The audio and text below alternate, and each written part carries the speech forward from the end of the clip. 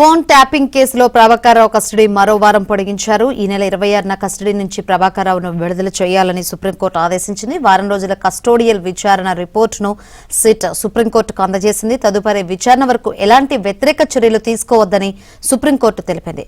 దర్యాప్తునకు సహకరించాలని ప్రభాకర్రావును ఆదేశించింది.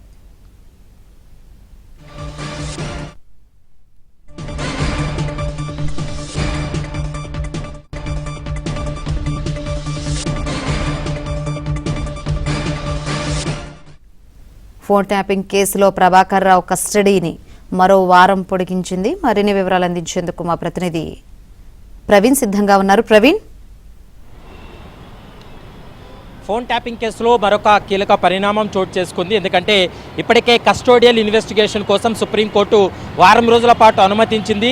వారం రోజుల పాటు విచారించినటువంటి సిట్ బృందం ఈరోజు మరోసారి ఈ వారం రోజుల్లో వెలుగు చూసినటువంటి అంశాలన్నింటినీ కూడా ఒక రిపోర్ట్ని చేసి సుప్రీంకోర్టులో ఫైల్ చేయడం జరిగింది. సుప్రీంకోర్టు ముందు మరోసారి తెలంగాణ రాష్ట్ర ప్రభుత్వం వాదనలు వినిపించి అయితే కస్టడీకి మరికొంత సమయం ఇవ్వాలంటూ కూడా కోరడంతో మరొక వారం రోజుల పాటు కస్టడీని పొడిగించిందని చెప్పొచ్చు. ఈ నెల 25 వరకు కూడా ప్రభాకర్రావు కస్టడీలో ఉండనున్నారు. 26వ తారీఖున కస్టడీ నుండి విడుదల చేయాలి.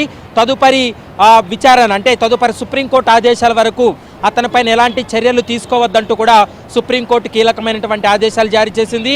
ఇక కస్టోడియల్ ఇన్వెస్టిగేషన్ సమయంలో అవసరమైతే ఇంటి నుంచి భోజనం, మరోవైపు అతనికి సంబంధించి హెల్త్ ప్రాబ్లమ్స్ ఉన్నాయి కాబట్టి హెల్త్ కండిషన్ను పరిగణలోకి తీసుకొని అతనికి సంబంధించినటువంటి ట్యాబ్లెట్స్ కావచ్చు, మెడిసిన్ ఏవైనా కానీ వాటిని అనుమతించాలంటూ కూడా సిట్ బృందానికి ఆదేశాలు ఇచ్చినటువంటి పరిస్థితి.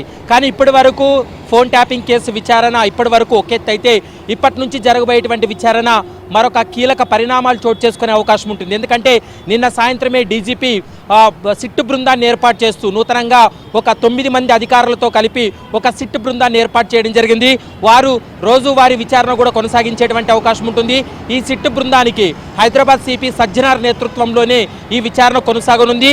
ఇందులో ముఖ్యంగా సజ్జనార్తో పాటు ముఖ్యంగా రామగుండం సిపిగా ఉన్నటువంటి అంబర్ కిషోర్ జా, గతంలో వెస్ట్ జోన్ డీసీపీగా పనిచేసి కొద్ది రోజుల క్రితమే సిద్దిపేట సిపిగా వెళ్ళినటువంటి విజయ్ కుమార్, ఇతను కూడా ఫోన్ ట్యాపింగ్ కేసులో కీలకంగా వ్యవహరించారు. అతను విచారణ సమయంలో కూడా ప్రతి అంశాన్ని కూడా పూర్తి స్థాయిలో దగ్గరుండి విచారణ చేసినటువంటి అధికారిగా పేరుంది. కాబట్టి మరోసారి సిట్ బృందంలో విజయ్ కుమార్ను కూడా చేర్చడం జరిగింది.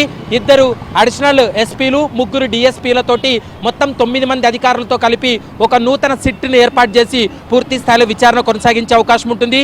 ఇప్పటి వరకు కేవలం టెక్నికల్గా, మరోవైపు ఎవరెవరి ఫోన్లు ట్యాప్ చేశారనేటువంటి అంశాలపైనే విచారణ జరిపారు. కానీ వీరికి ఆదేశాలు ఇచ్చినటువంటి వ్యక్తులు ఎవరు, నిబంధనలు ఉల్లంఘించి ఈ ఫోన్ ట్యాపింగ్ అనేది ఏ విధంగా జరిగిందనేటువంటి అంశాలన్నిటిపైన కూడా హైదరాబాద్ సిపి సజ్జనార్ నేతృత్వంలో రోజువారీ విచారణ కొనసాగేటువంటి అవకాశాలు అయితే స్పష్టంగా కనపడుతున్నాయి. శంకరి.